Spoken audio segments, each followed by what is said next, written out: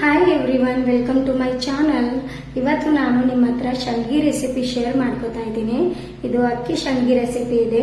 So ತುಂಬ ಹೋಳಿಗೆಯಲ್ಲಿ ಮತ್ತಂದ್ರೆ ನೀವು ಹಿಂಗೆ ಹುರ್ಕೊಂಡು ತಿನ್ಬೇಕಂದ್ರೆ ತುಂಬ ಪಾಯಸಿ ಮತ್ತಂದ್ರೆ ಕುರುಕುರು ಶಂಡ್ಗಿ ನೀವು ಮನೆಯಲ್ಲಿ ಮಾಡ್ಬೋದು.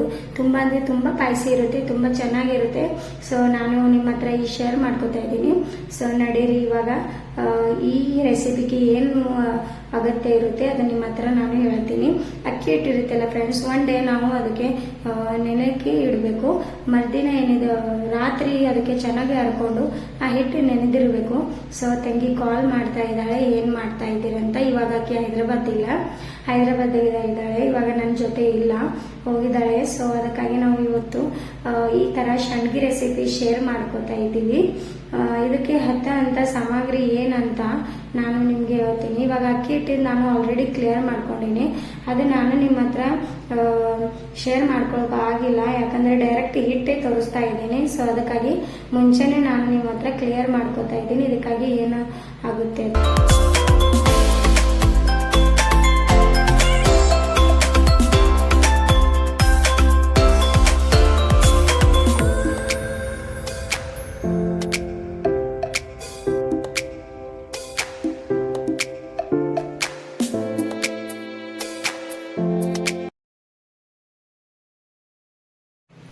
ಸೊ ಇವಾಗ ಈ ಹಿಟ್ಟಿದೆಯಲ್ಲ ಫ್ರೆಂಡ್ಸ್, ರಾತ್ರಿ ತುಂಬ ಚೆನ್ನಾಗೇ ನೆಂದಿದೆ. ಅಂದರೆ ಈ ಥರ ನೋಡಿ ತುಂಬ ಗಟ್ಟಿಯಾಗಿ ಚೆನ್ನಾಗೇ ಬಂದಿದೆ. ಇದ್ರ ನಾವು ಶಂಡ್ಗಿ ಮಾಡ್ಕೊಳ್ಳೋಣ. ನಿಮಗೂ ಗೊತ್ತಿರಬೇಕು ಶಂಡ್ಗಿ ತುಂಬ ಅಂದರೆ ತುಂಬ ಟೇಸ್ಟ್ ಆಗ್ತದೆ. ಸೊ ಅದಕ್ಕಾಗಿ ಆನಿಯನ್ ಬೇಕು, 3 ಇಲ್ಲ 4 ಆನಿಯನ್ ಕಟ್ ಮಾಡ್ಕೊಂಡಿದ್ದೀವಿ. ಇವಾಗ ಜೀರಿಗೆ ಮತ್ತಂದ್ರೆ ಅಜ್ವಾಯಿನ್, ಸೋಡಾ, ಬೇಕಿಂಗ್ ಸೋಡಾ ಬೇಕು ಫ್ರೆಂಡ್ಸ್. ಅದಕ್ಕಾಗಿ ಬೇಕಿಂಗ್ ಸೋಡಾ ತೊಗೊಂಡಿದ್ದೀವಿ. ಒಂದು ಪಾತ್ರೆ ತೊಗೊಂಡಿವಿ. ಇವಾಗ ಅದರಲ್ಲಿ ನೀರು ತೊಗೊಂಡಿದ್ದೀವಿ. ನೀವು 1-2 ಕಪ್ ರೈಸ್ ತೊಗೊಂಡಿದ್ರೆ ಅಂದರೆ ನೀವು ಮಾಪಿಲೆ ಅದರಲ್ಲಿ 3 ಇಲ್ಲ 5 ಕಪ್ ನೀವು ನೀರು ತಗೋಬೇಕು. ಅದಕ್ಕೆ ಹೊಯ್ದಾಡಬೇಕು, ಅಂದ್ರೆ ಬಾಯ್ಲ್ ಆಗಬೇಕು. ಸೊ ಜೀರಿಗೆ ತಗೊಂಡಿದೆ, ಈ ತರ ಬಾಯ್ಲ್ ಆಗಿದೆ.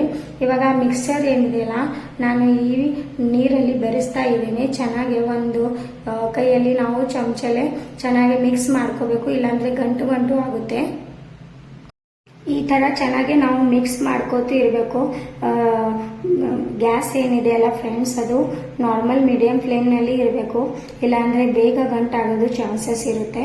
ಸೊ ಈ ತರ ನಾನು ಚೆನ್ನಾಗಿ ಹಪ್ಪಳ ಹಿಟ್ಟು ರೆಡಿ ಮಾಡ್ಕೋಬೇಕಂತ ತಗೊಂಡಿನಿ. ಇವಾಗ ಅದರಲ್ಲಿ ನಾವು ಉಪ್ಪು ಬೆರೆಸೋಣ. ನಾನು ಇಲ್ಲಿ 1 ಟೇಬಲ್ ಸ್ಪೂನ್ ಅಷ್ಟು ಉಪ್ಪು ಹಾಕ್ತಾ ಇದ್ದೀನಿ, ರುಚಿಯ ತಟ್ಟು. ಈ ತರ ನೋಡಿ ಫ್ರೆಂಡ್ಸ್, ಉಪ್ಪು ಹಾಕ್ತಾ ಇದ್ದೀನಿ. ಈಗ ಚೆನ್ನಾಗಿ ಮಮ್ಮಿ ಮಿಕ್ಸ್ ಮಾಡ್ಕೋತಾ ಇದ್ದಾಳೆ, ಯಾಕಂದ್ರೆ ನಿಮ್ಗೆ ಹೆಲ್ಪ್ ಮಾಡೋಕೆ ಒಬ್ರು ಬೇಕು.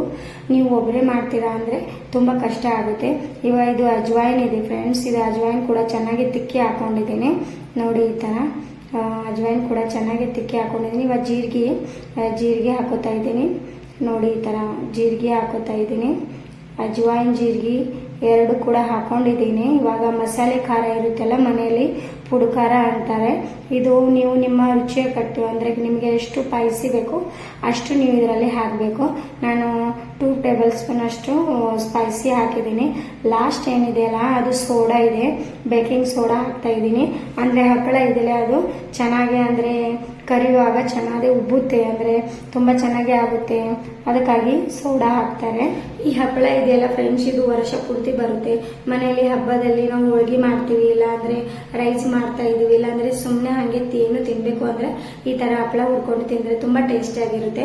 ಇವಾಗ ಲಾಸ್ಟ್ ಏನಿದೆಯಲ್ಲ ಇದರಲ್ಲಿ ಆನಿಯನ್ ಬೆರೆಸಬೇಕು. ಇವಾಗ ನಾರ್ಮಲ್ ಟೆಂಪರೇಚರ್ ಕುದೀತಾ ಇದೆ ಚೆನ್ನಾಗಿ ಹಿಟ್ಟು, ಅದು ತುಂಬಾ ಚೆನ್ನಾಗಿ ಕುದಿಬೇಕು. ನಿಮಗೆ ಹಿಟ್ಟು ಕುದ್ದಿದೆ ಅಂತ ಗೊತ್ತಾಗಬೇಕು ಅಂದ್ರೆ ನೀವು ಸ್ವಲ್ಪ ಬಾಯಲ್ಲಿ ಇಟ್ಕೊಂಡು ನೋಡ್ಬೇಕು, ಅಂದ್ರೆ ನಿಮ್ಗೆ ಗೊತ್ತಾಗುತ್ತೆ ಹಿಟ್ಟು ಕುದ್ದಿದೆ ಅಂತ. ಇವಾಗ 15 ಮಿನಿಟ್ ನಾವು ಚೆನ್ನಾಗಿ ಈ ತರಾನೇ ನಾವು ಮಿಕ್ಸ್ ಮಾಡ್ಕೋತು ಅದಕ್ಕೆ ಕುದಿಸ್ತಾ ಇದೀವಿ ನೋಡಿ. ಈ ತರ ಮಿಕ್ಸ್ ಮಾಡ್ಕೊಂತ ಇರಬೇಕು, ಇಲ್ಲಾಂದ್ರೆ ಗಂಟಾಗೋದು ಚಾನ್ಸಸ್ ಇರುತ್ತೆ ನೋಡಿ. ಈ ತರ ನಾವು ಚೆನ್ನಾಗಿ ಇವಾಗ ಕುದ್ದಿದೆ ನೋಡಿ. ನಿಮಗೆ ನನ್ನ ಈ ಹಪ್ಪಳ ರೆಸಿಪಿ ಇಷ್ಟ ಆಗಿದ್ರೆ ಲೈಕ್ ಮಾಡಿ, ಮತ್ತಂದ್ರೆ ಈ ತರ ರೆಸಿಪಿ ಬ್ಲಾಗ್ ನನಗೆ ಇಷ್ಟ ಆದರೆ ಸಬ್ಸ್ಕ್ರೈಬ್ ಮಾಡಿ ಫ್ರೆಂಡ್ಸ್. ಸೊ ಸಪೋರ್ಟ್ ಮಾಡಿ. ಸೊ ಈ ಹಿಟ್ಟು ಕೂಡ ರೆಡಿ ಆಗಿದೆ.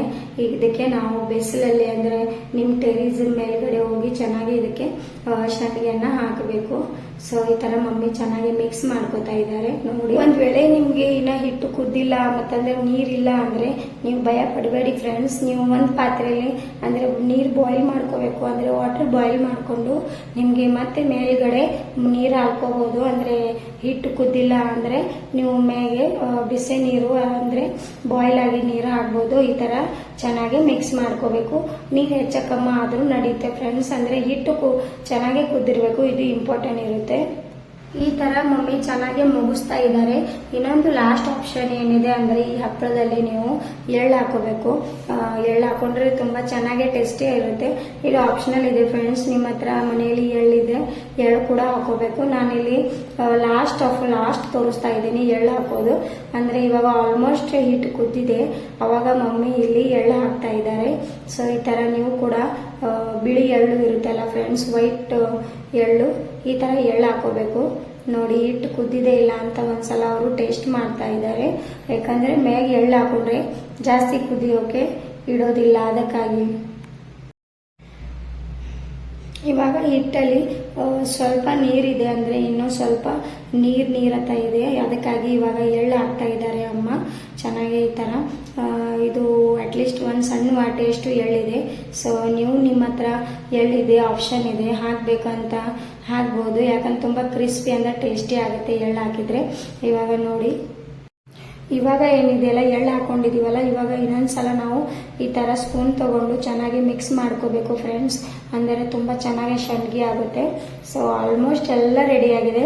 ಇವಾಗ ಏನಿಲ್ಲ, ಲಾಸ್ಟ್ ಏನಿದೆ, ಬಿಸಿಲಲ್ಲಿ ಚೆನ್ನಾಗಿ ನಾವು ಸಂಡಿಗೆ ಹಾಕೊಳ್ಳೋಣ.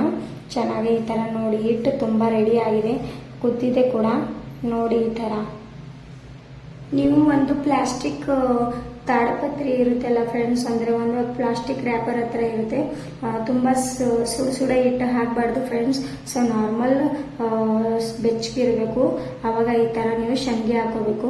ಇಲ್ಲ ಅಂದ್ರೆ ಒಂದು ಸೀರೆ ತಗೋಬೇಕು, ಚೆನ್ನಾಗಿ ಅದಕ್ಕೆ ತೊಯ್ಸ್ಕೊಂಡು ಈ ತರ ನೀವು ಸಂಡಿಗೆ ಹಾಕೋಬೇಕು. ಇದು ನಾವು ಮೇಲೆ ಟೆರೇಸ್ ಮೇಲೆ ಬಂದಿದೀವಿ, ಬಿಸಿಲು ಕೂಡ ಇತ್ತು. ಈ ತರ ನಾವು ಚೆನ್ನಾಗಿ ನೋಡಿ, ನನಗೆ ಈ ತರ ಸಂಡಿಗೆ ಹಾಕ್ತಾ ಇದ್ದೀನಿ. ತುಸು ತಗೊಂಡು ಈ ತರ ಸಂಡಿಗೆ ಹಾಕ್ಬೇಕು, ತುಂಬಾ ಟೇಸ್ಟಿ ಆಗುತ್ತೆ. ಇವಾಗ ನೋಡಿ, ತುಂಬಾ ಬಿಸಿಲು ಇರುತ್ತಲ್ಲ, 2 days ಆಗೋಣ ನಾನು ಈ ತರ ಹುರಿದಿದ್ದೆ, ಅಂದ್ರೆ ತುಂಬಾ ಚೆನ್ನಾಗಿ ಅಂದ್ರೆ ಟೇಸ್ಟಿ ಆಗಿತ್ತು. ಸೊ ನೀವು ಕೂಡ ಮನೆಯಲ್ಲಿ ಮಾಡಿ ನೋಡಿ, ತುಂಬಾ ಚೆನ್ನಾಗಿ ರೆಸಿಪಿ ಇದೆ.